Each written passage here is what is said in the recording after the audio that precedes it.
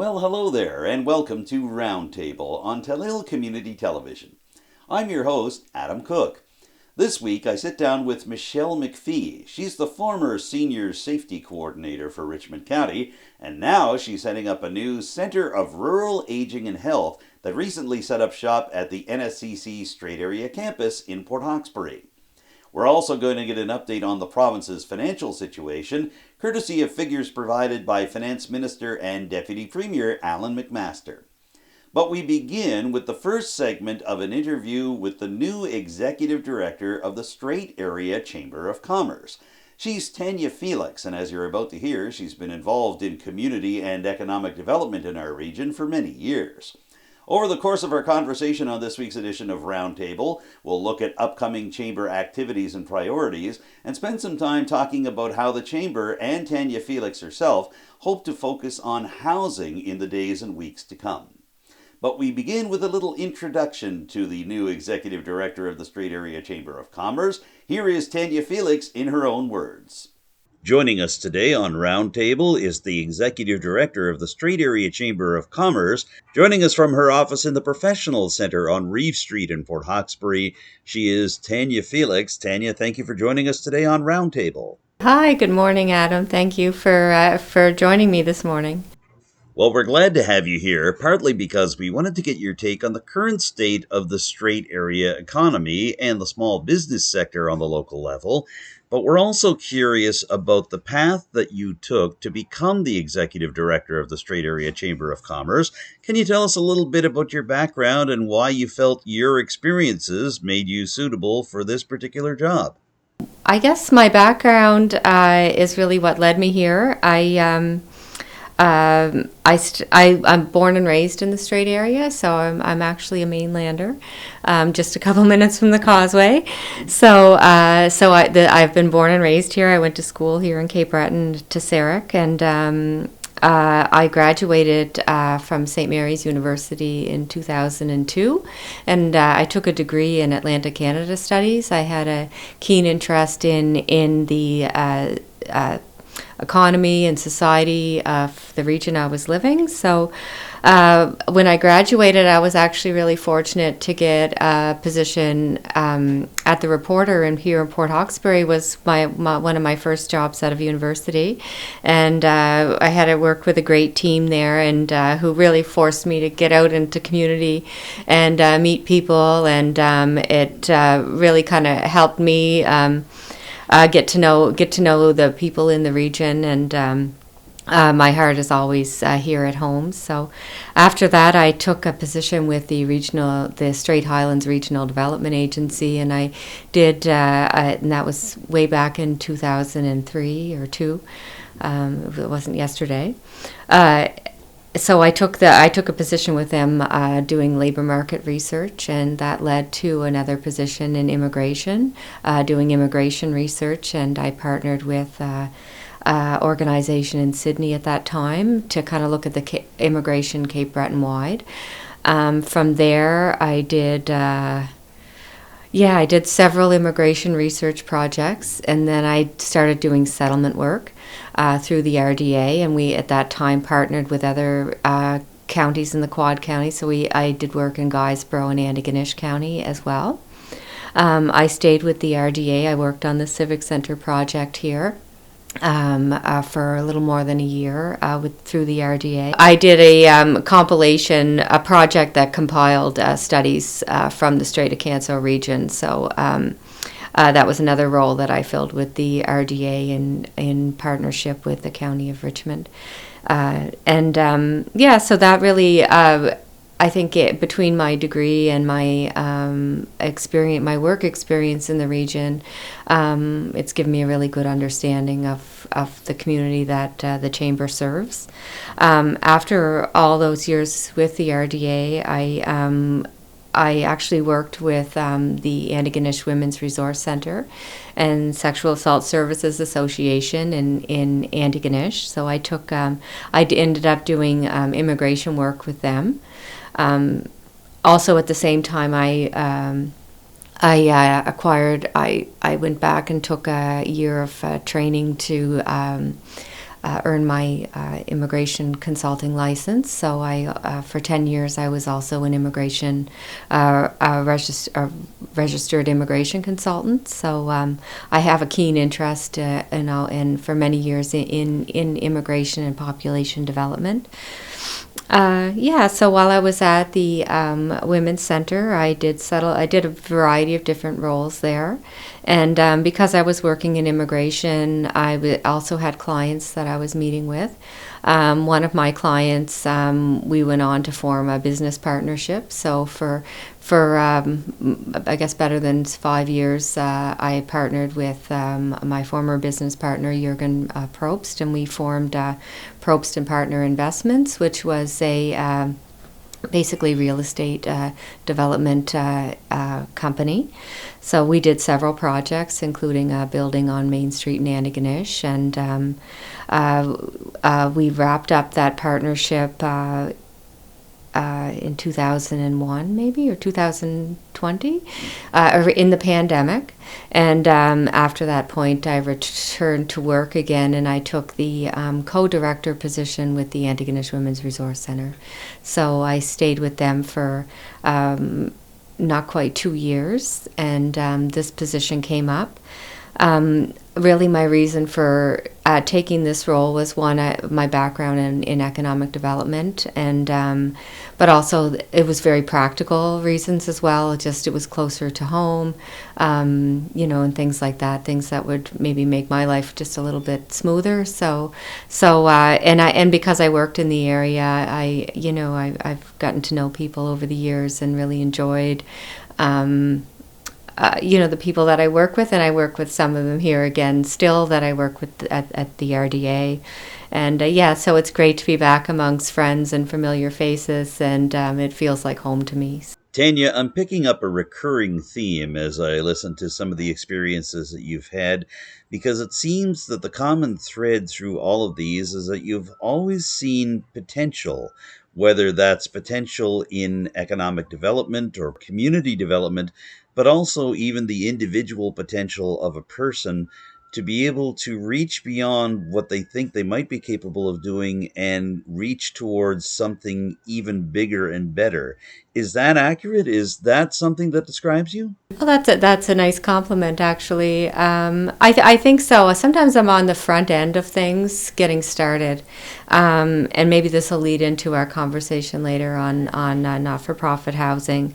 But sometimes I'm good at getting things off the ground and out the door, and then I might move on to something else. I'm not, and that is sometimes the nature of project work, which was a lot of the work that I've done in my earlier years. So I do see the potential in people and the economy, and I like to be positive. I like to stay positive, and there's a lot of positive things to speak about with the people in our region.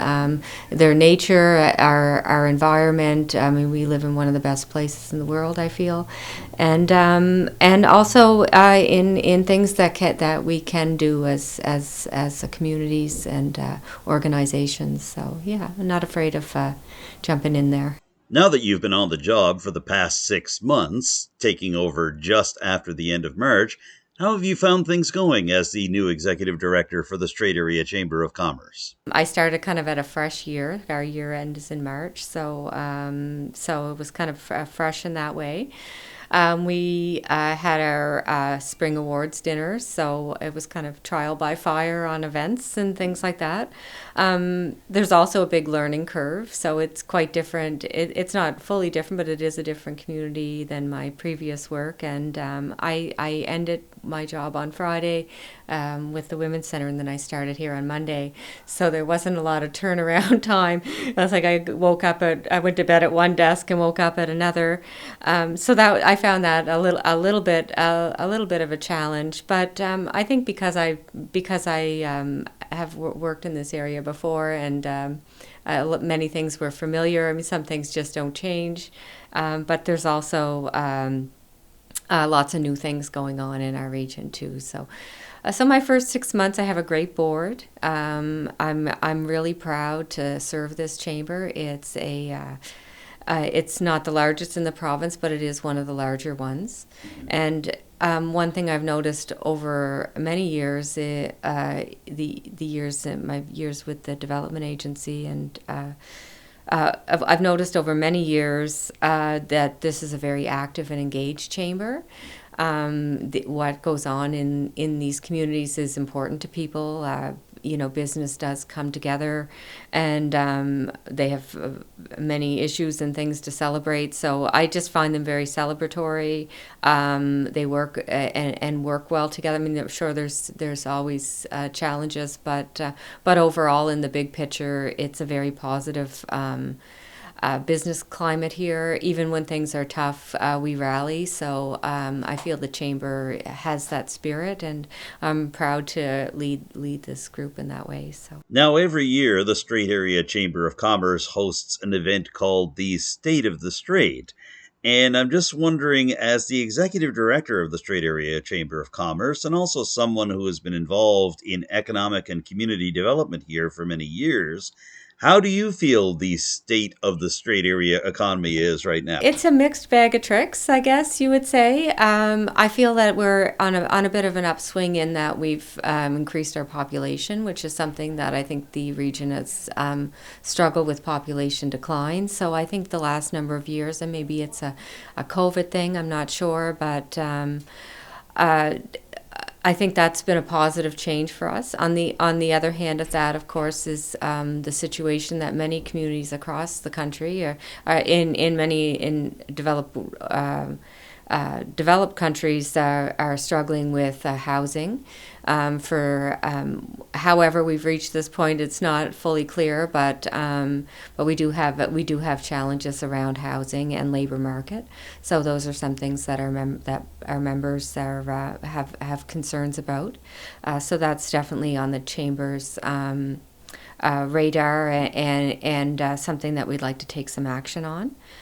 I also feel that the green economy has come to our door, and we need to respond to that.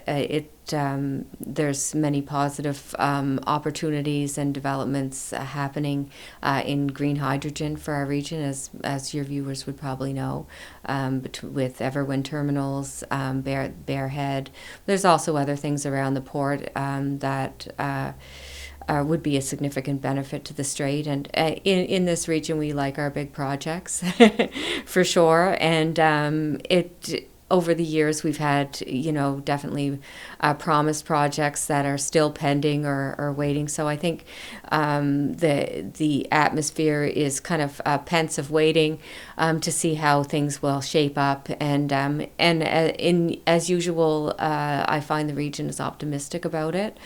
We need to be prepared as well should these things come to pass, and I feel very positive and optimistic that they will. But I of course can't speak for any industries that are considering.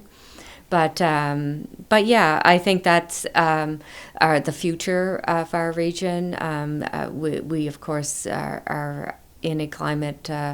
Our climate is I don't want to say in peril, but it's we are reaching a climate crisis point, and it's great to be in the community, in the region. And when I say region, I'm speaking of the Strait region, but this is really a benefit to the entire province. In all of Cape Breton, should everything go ahead, should we get offshore wind, should the green hydrogen be developed here. It also makes us kind of the hub of it. It would be one of the first places in North America to achieve this, and it makes we should be quite proud should that be our community, because the world is of course looking for these types of solutions, and to be one of the leads in that would be amazing. So I'm optimistic, but we have some challenges that we need to work through. We'll hear more from the Executive Director of the Strait Area Chamber of Commerce, Tanya Felix, in just a few moments. Right now, we would like to apologize for a technical issue that prevented us from bringing you an interview with Nova Scotia's Finance Minister and Deputy Premier. I myself am working with new video editing software, and unfortunately I was not able to properly record an interview that I carried out with Inverness MLA Allan MacMaster. So we do want to apologize to the minister and to our viewers, and I do hope that we will be able to have a follow-up conversation with the minister soon. However, we felt it would still be in your best interest to be able to hear some of the facts and figures that Allan MacMaster has delivered in recent weeks concerning the province's financial outlook. First of all, we'd like to present to you a recap of the public accounts for the 2022-23 fiscal year that were released in September. Now, you might be wondering, what are public accounts and what do they have to do with me? Well, it's all about how the province has done in keeping its budget commitments and whether last year's budget resulted in a surplus or a deficit. The province reported a surplus of $115.7 million. That's compared with an estimated deficit of $506.2 million when Budget 22-23 was introduced in March 2022. This reported surplus is an increase of $375.1 million from the final forecasted deficit of $259.4 million. The total consolidated revenues were $15.6 billion. That's an increase of $2 billion from the budget estimate, due mainly to changes in tax revenues, recoveries, federal transfers, net income from government business enterprises, and investment income. This total includes $928.6 million in one-time revenue from previous years. According to figures provided by the Nova Scotia Finance Department, total consolidated expenses were $15.5 billion. That's an increase of $1.3 billion from the budget estimate, mainly due to increased support for transformational changes to healthcare, initiatives under Action for Health, the province's strategic plan to improve healthcare, grants for new healthcare programs at 3 universities, retention incentives for healthcare workers, off-oil programming, and expansions of the Seniors Care Grant and Heating Assistance Rebate Program. At the end of the year, the net debt was $17.8 billion. The net debt to GDP ratio for 2022-23 was 31.7%, an improvement from 33.1% just a year ago. Not long after the public accounts update was released, Finance Minister and Deputy Premier Allan MacMaster released his first update on the provincial budget that was tabled for the year 2023-2024. The minister presented the update on September the 28th and said that the government is forecasting a deficit of $402.7 million for the 2023-24 fiscal year. That's a $123.8 million increase from the $278.9 million deficit that was presented with the budget in March. Just a few more quick facts on Budget 2023-24. Total revenue is projected to be $14.6 billion. That includes $232.3 million in new revenue and a $178.7 million accounting adjustment in net income for an overall revenue increase of $411 million. Expenses are projected to be $15.2 billion. That's up $363 million from the budget estimate, mainly because of additional investments in healthcare and keeping nursing home and hospital beds open, settled workforce contracts, and disaster response. Additional appropriations totaling $623.2 million are required for 10 departments, 1 office, debt servicing, and refundable tax credits. During my conversation with Minister Allan MacMaster that unfortunately was not able to reach the Tellil airwaves, I did ask the minister what he thought about taking on a new government department as a result of Premier Tim Houston's mid-September cabinet shuffle. The minister is now taking on the Department of Communities, Culture, Heritage and Tourism, in addition to his current roles as Deputy Premier, Finance Minister, and Minister responsible for Labour Relations. Minister MacMaster told me that while he certainly was not going to turn down such a request from Premier Houston, he welcomed the opportunity, pointing out that communities, culture, heritage, and tourism are areas that are dear to his heart. He points out that he came from a musical family, being the son of the late fiddling legend Buddy MacMaster, and he welcomed the opportunity to be able to visit and experience the cultures of Nova Scotians across the province and to work with them to ensure that their needs are met. The minister also had something to say about housing for Nova Scotia. In a release that came out in September, Minister MacMaster noted that there is an affordable housing shortage in the province, and the Inverness MLA wants community organizations and private developers to know that there is money, land, and other resources available to help build more affordable housing in Inverness County. According to the minister, in a quote from a press release that came out in early September, there are many people who are having a hard time finding an affordable place to live. Even if you have a decent income, finding a home you can afford is difficult. This presents not just an immediate problem for individuals and their families, but can threaten long-term economic growth. If people can't find a place to live in our communities, they will take their skills to another place where they can find housing. The province's Affordable Housing Development Program offers a number of incentives to community groups and private developers to create new affordable housing. Direct funding of eligible projects is available, as well as forgivable loans. According to Minister MacMaster, in a quote from the same press release, the money is there, and in some cases, including in Port Hawkesbury, the land is there. We just need community groups and private developers to work with Housing Nova Scotia and get the job done. There is plenty of flexibility in the program. For example, converting a commercial building to residential use could qualify for funding. MacMaster is encouraging community groups and developers to visit housing.novascotia.ca for more information and program eligibility details. Housing is also a concern for the Strait Area Chamber of Commerce. As a matter of fact, the Chamber is hoping to set up a not-for-profit organization to be able to move forward on housing needs both for local residents and for local business owners who are trying to bring professionals in to help them in their enterprises. So let's continue our conversation with Tanya Felix, the Executive Director of the Strait Area Chamber of Commerce, and hear how her own housing concerns connect with those of the Chamber and those in the local area. So housing was on the Chamber's radar before I took this role, and they had completed a study with New Dawn in the town of Port Hawkesbury to kind of examine more closely the housing situation in the overall region, but with a focus on the town of Port Hawkesbury.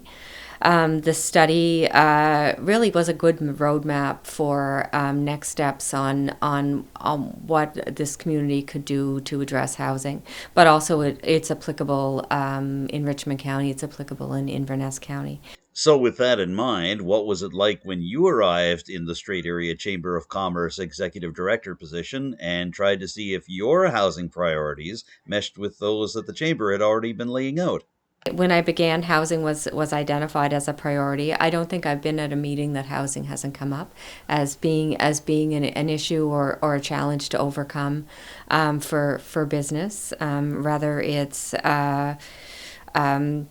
Leaside needing second stage housing to support their women in their programming, or it's temporary labor or new labor coming into the area, or people coming here to work that are struggling to find housing. NSCC students trying to find housing to attend school. So the housing situation, I think we've taken for granted that we haven't really had one. So over the years, perhaps this problem has developed a little bit, maybe unchecked. And the last number of years, as our population has done a bit of a shift where we've increased, it's not a huge increase, but enough to, I guess, throw some, enough for us to need to consider more housing. Having worked in the immigration and settlement sector during her previous professional experience, Tanya Felix is well aware about population shifts happening provincially and locally, and she says that the Chamber needs to address these in terms of housing. Visibly, you can see more of an influx of people coming in, whether they are coming temporarily or permanently. And particularly during the pandemic, I think overall people had maybe more time on their hands to rethink how they wanted to live and where they wanted to be. So in that time, I've noticed an increase in people coming from from outside of Canada, but also from other parts of Canada and perhaps the U.S. who are looking to maybe a slower pace of life or a seaside location. They want to start a business. So I've noticed that in our region an increase of people making this kind of leap or change. And it's resulted in some small business development, and it's also meant more home sales, more rotation of housing stock and things like that. So, but also we've definitely have an increase in immigration to Nova Scotia. That's been quite significant, and nationally there's been a large push on immigration. There's a wide variety of views on that. I take my view on immigration is it's a positive thing. It needs to be, of course, needs to be managed, and every immigrant is more than a number, but an individual who has needs and wants. So the immigration population is also something that I think we'll continue to see grow in Nova Scotia. It is kind of the key behind our population growth has been immigration. So that has of course meant that people need new homes and people need affordable homes. So I don't think it's a secret that we've had some challenges around inflation for everyday folks, for businesses across the board. So whether it's inflated housing, more cost for your home or to heat your home, I think that's also pressure on housing. That housing, as people come in, it drives costs. So it drives demand, and of course landlords are also addressing rising costs, and homeowners are addressing rising costs. So this is causing some shift, I think, in housing, and affordability is very much needs to be addressed. While the issue of finding homes for those moving into a community is difficult enough, Tanya Felix also points out that businesses in rural areas outside of more heavily populated communities like Port Hawkesbury are struggling in terms of bringing in professional workers to be able to do their jobs with their companies when there isn't enough in terms of housing options for them once they arrive in the Strait. When you get outside of towns, where they're not really rental locations; they're temporary rentals for vacationers. But so housing projects in smaller communities like Mabou are becoming more important as their populations develop and change. The other piece of this is our aging population. So as people get older, they're looking to move out of their homes. They don't want to mow the lawn anymore, and they're looking to simplify. So there's the challenge that they're running into is there's no place to move on to. There's no independent living options really for people who need a little bit of help, but still want to be independent and on their own. So across the board, really, there's housing issues. Our chamber can't really address all of these, so we'd like to start someplace. And there's been several groups in the region who've been looking at housing, and we didn't want to reinvent the wheel. We wanted to be supportive to these groups. We also don't want to compete with any housing developers or private business that may want to consider a development in our region. We want to support these as well. One way the Chamber of Commerce wants to support housing development in the Strait area is by setting up its own not-for-profit society to take a look at how housing development can happen here. While it's in its early stages, Chamber Executive Director Tanya Felix is optimistic about where this new not-for-profit organization could go. So it's a kind of a research stage. It's identify who would be maybe our founding members, and this little bit of groundwork will take a few months, and then of course the public has a great interest in this, so we'll have to look at how we I guess what our needs will be, what projects that this not-for-profit would be able to take on, and of course what we may qualify or be able to achieve funding for, and there's many aspects of that. So there's that piece of work. So clearly housing is a hot topic and a much and we need to address it here, as every community does. We can get missed over sometimes, being a smaller area, and there's been, as I mentioned, a few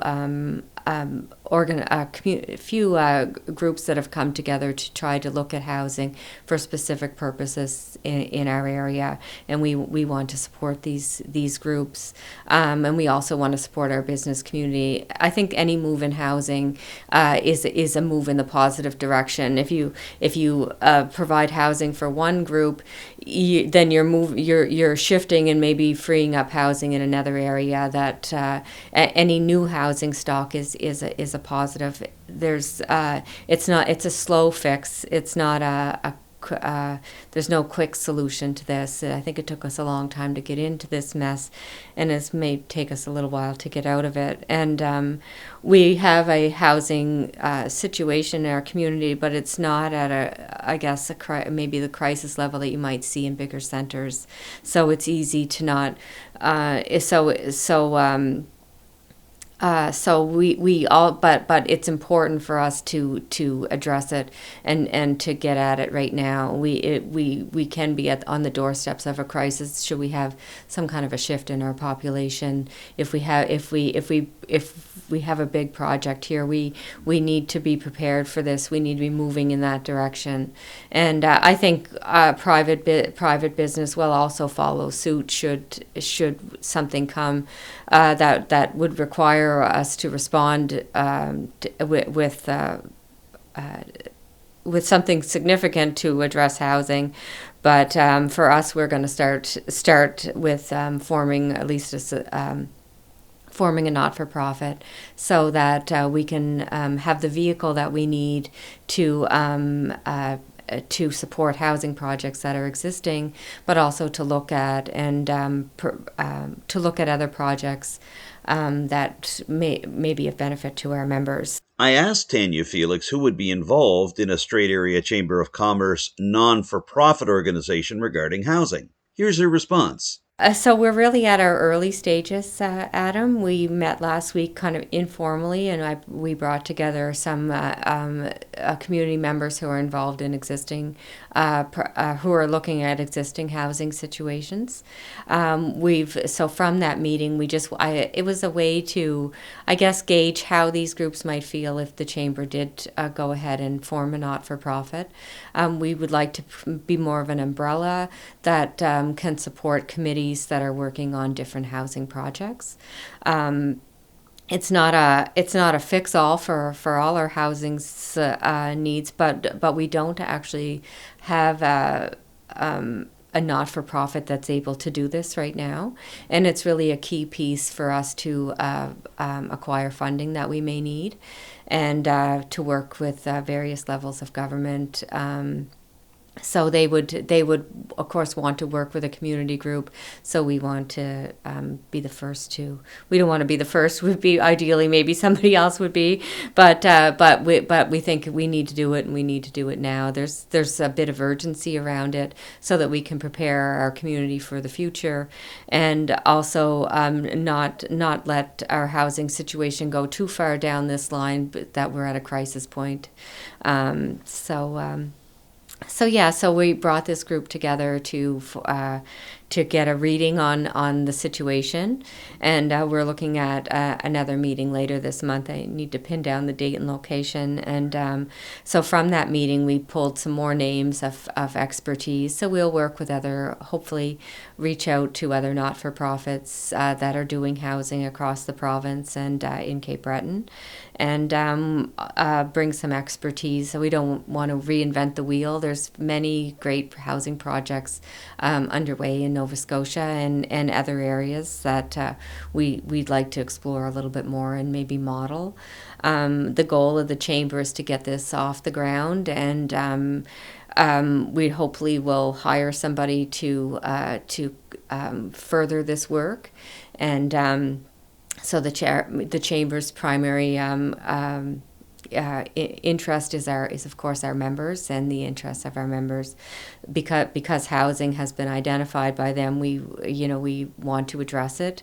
We want to support our communities, but we also can't do that forever. We're not a housing organization ourselves, so we want to get it in a good place, and get a good structure behind it, and make sure that the structure that we form is able to handle the future.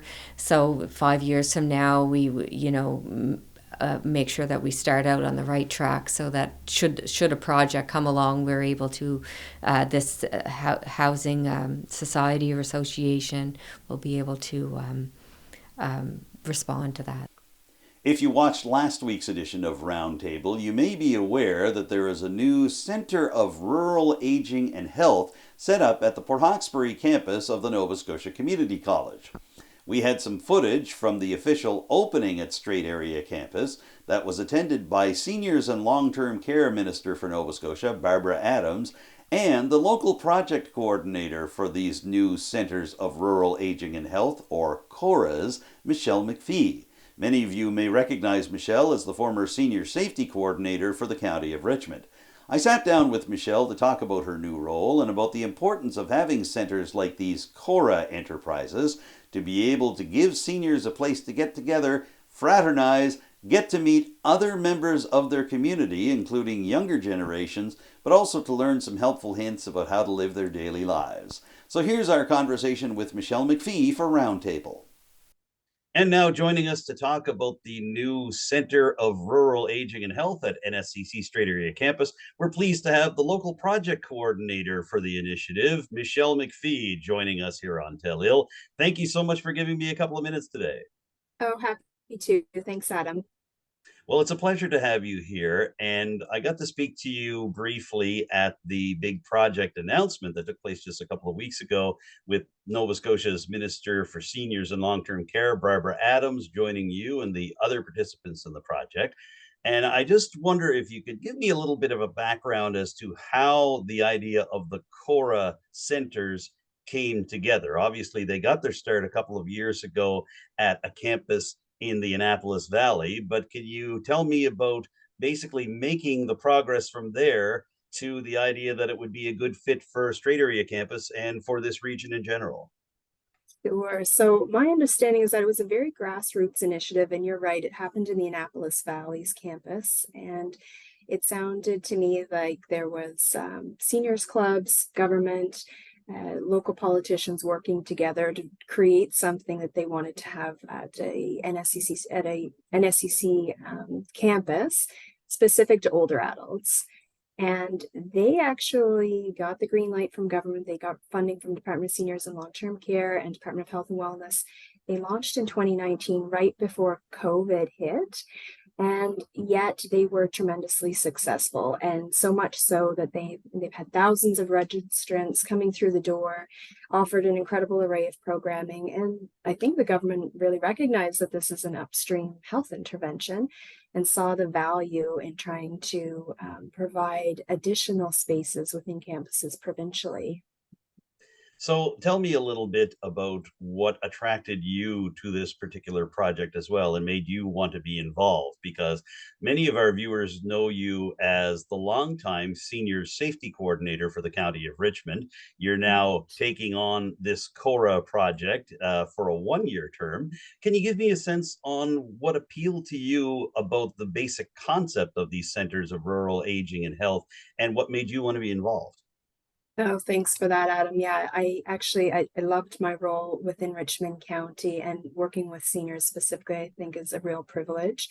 This opportunity, I saw it more as a chance to work upstream. Some of that community-based work, which I really loved and enjoyed, was going to be found within CORAH, the Center of Rural Aging and Health, There's it's nice to be able to start with something that's new, a new initiative, and be able to watch it grow and help to put your own stamp on it. But I felt like I learned a lot from the seniors within Richmond in terms of social isolation, what it looks like, what it feels like, and how these centers can really be that upstream intervention, that opportunity to create those meaningful social connections for people, and how valuable that is. So it was, a really great opportunity. I had to take advantage of it. So, for those who are wondering, what are these centers of rural aging and health? Can you describe what it's going to be like for participants to be able to walk through the doors of the NSCC Strait Area Campus in Port Hawkesbury? Where will they be going? What will they be doing? And can you tell me about anything that's already on the go as we speak in the early stages of October? I think it's going to be interesting to see how each campus rolls out their CORAH initiative. I think there will be some differences, but a lot of similarities. So for us, we just launched this week, Adam. I know you were at our official press conference, so it was a pretty quick turnaround from announcement to launch, but we've had some really great uptake already. So we've worked with some community partners. We've chatted with our advisory committee, found out where some of the gaps are, what are some of the things people are interested in learning. And so this week, we've started the Cafe CORAH Cafe. This is a really informal opportunity for people to drop in. You can chat, you can play cards, you can play chess. We haven't had the chess players yet. We're hoping people will connect. Lots of people They're want to coming. learn. Oh, good. And followed by some really great presentations this week. We had an estate planning workshop with Louise Campbell yesterday. It was really, really well attended. Some great questions coming from the crowd, and such an excellent opportunity to engage with someone with so much knowledge and expertise. We also had a wonderful personal development series workshop today with Dana Pettypaw, who's with the Y. A lot of opportunity for self-reflection and communication. And I'd be remiss to not announce our big kickoff event with Mayor Brenda, who generously shared her time, and Aiden, her nephew. They came in and taught us how to make Acadian fish cakes. And that was our launch. That was fabulous. People left with leftovers, and there were lots of great stories being told and shared. And it was a wonderful day. You mentioned community partners, and I know one of the things that struck me during the press conference that was held in the auditorium at NSCC in mid-September was that a lot of students from NSCC were there who are expected to be a part of all this, or at the very least to be contributing bit by bit. Can you tell us a little bit about what role the students and the individual programs at NSCC might be playing as these centers of rural aging and health roll along? So that's a great question. I think, we're looking at, although we're targeting an older adult population, those 55 and above from the quad counties are really who we're looking at bringing on campus. We recognize that there's such a great opportunity for intergenerational connection. So in each program that we're offering, we're holding space for faculty and students to participate as their schedule and interest allows. And already, Adam, we've had some really just organic interactions happening. Some students popped into our Cafe CORAH. They were chatting back and forth. Some people had some mutual connections, or they recognized each other and they were able to reconnect. And I want to see that continue. I've had great support internally from NSCC faculty talking about, how can we meet some of our outcomes via CORAH initiatives? How can we work together? So I think, in time, we'll be able to develop some of those partnerships as well, and keep growing.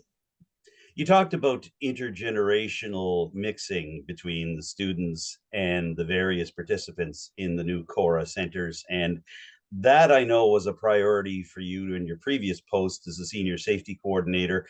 And you mentioned just a couple of moments ago as well, too, the idea of breaking up isolation. And I know that's been a problem for seniors in general. It's deepened during the depths of the COVID-19 pandemic. How important is it, do you feel, to have just simply events like the CORAH's Cafe that are social events, but also opportunities for seniors to get together at a new place like this CORAH Center at NSCC? Honestly, Adam, I feel it's hugely beneficial in so many ways. So we're social creatures for the most part, and social activity is actually a huge component in our own health and well-being. And so having opportunities for people to reconnect, to have discussions, to make new friendships, it's so valuable. We've already had people who've attended who've said, I just moved home after so long. And of course, you've got to reestablish that social footing. The same people you knew at one point are no longer there. People who have been widowed or looking to just maybe connect with some new people that provides that opportunity. And I actually think it's really interesting to note that although seniors are a demographic vulnerable to the impact of social isolation, we also know that youth are as well. And so these beginning stages and later stages, or these chapters in your life, you actually have you're experiencing isolation generally. So there's a lot of similarity between the two groups too.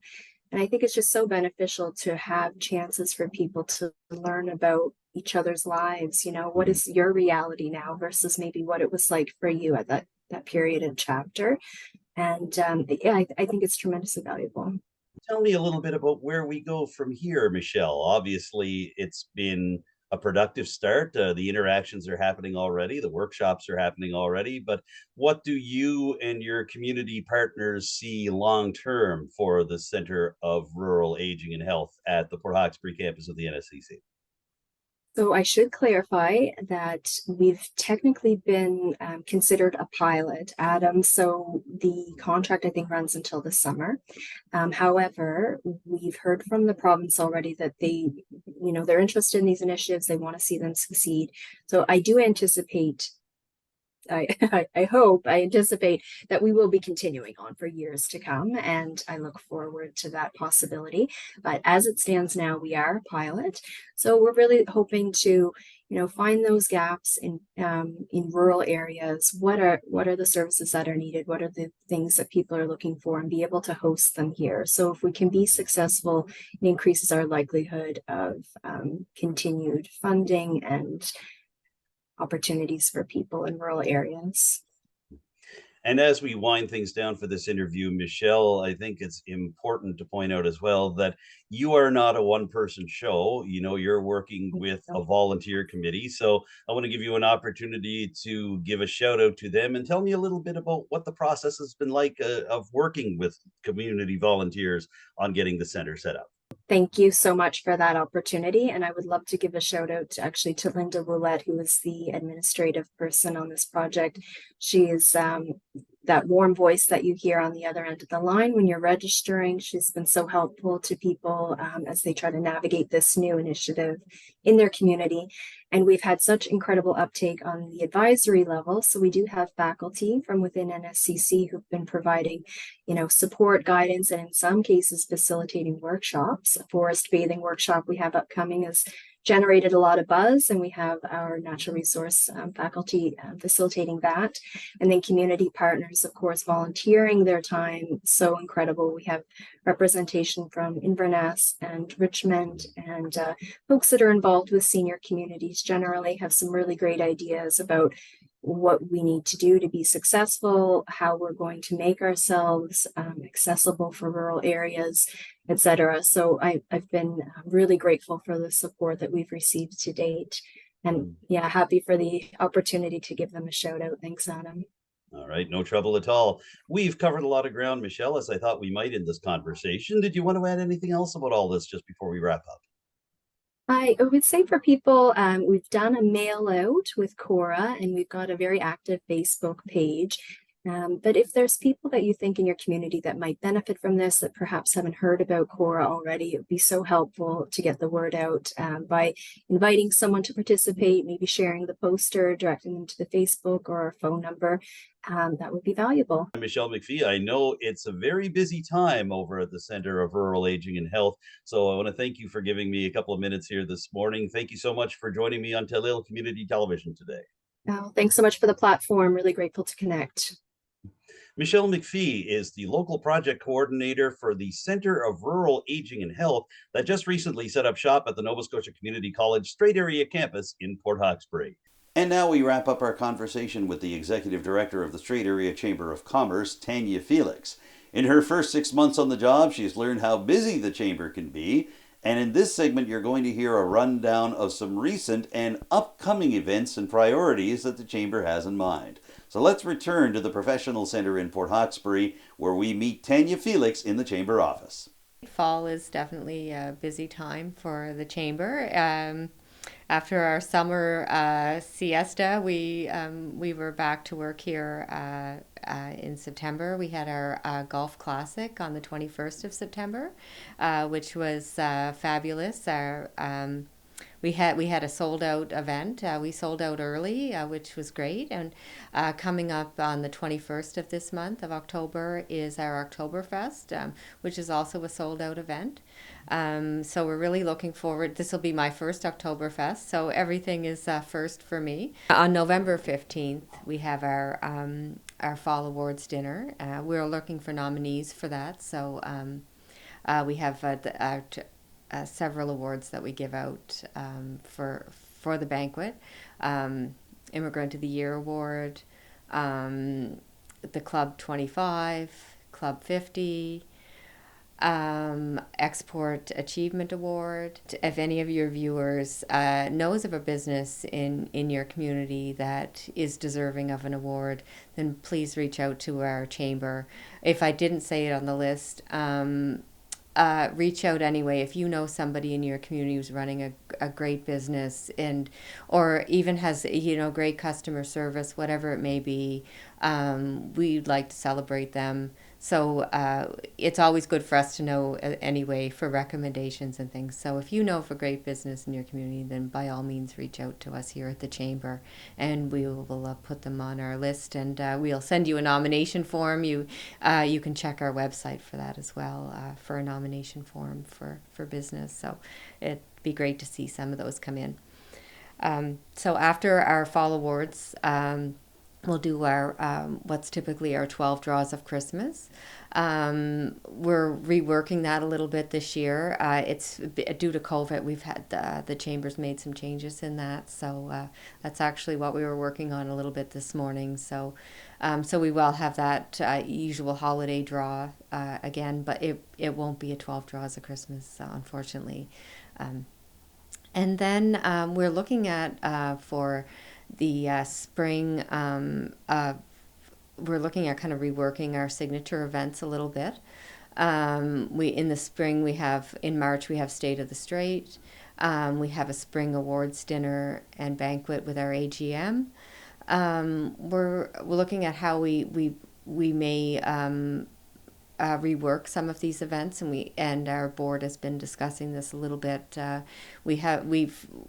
I guess we're not quite ready to say what that would be yet, but in the spring our signature events might look a little bit different this year, or this in 2024, as we kind of revisit what we've been doing in the past. The Chamber has several great what we call signature events each year that always have tremendous turnout and sponsorship. We're very fortunate to have generous sponsors in our region and a really engaged business community. So I think this year the priorities that for me is, first of all, just being new, is getting to know my members. So my membership is really my main priority.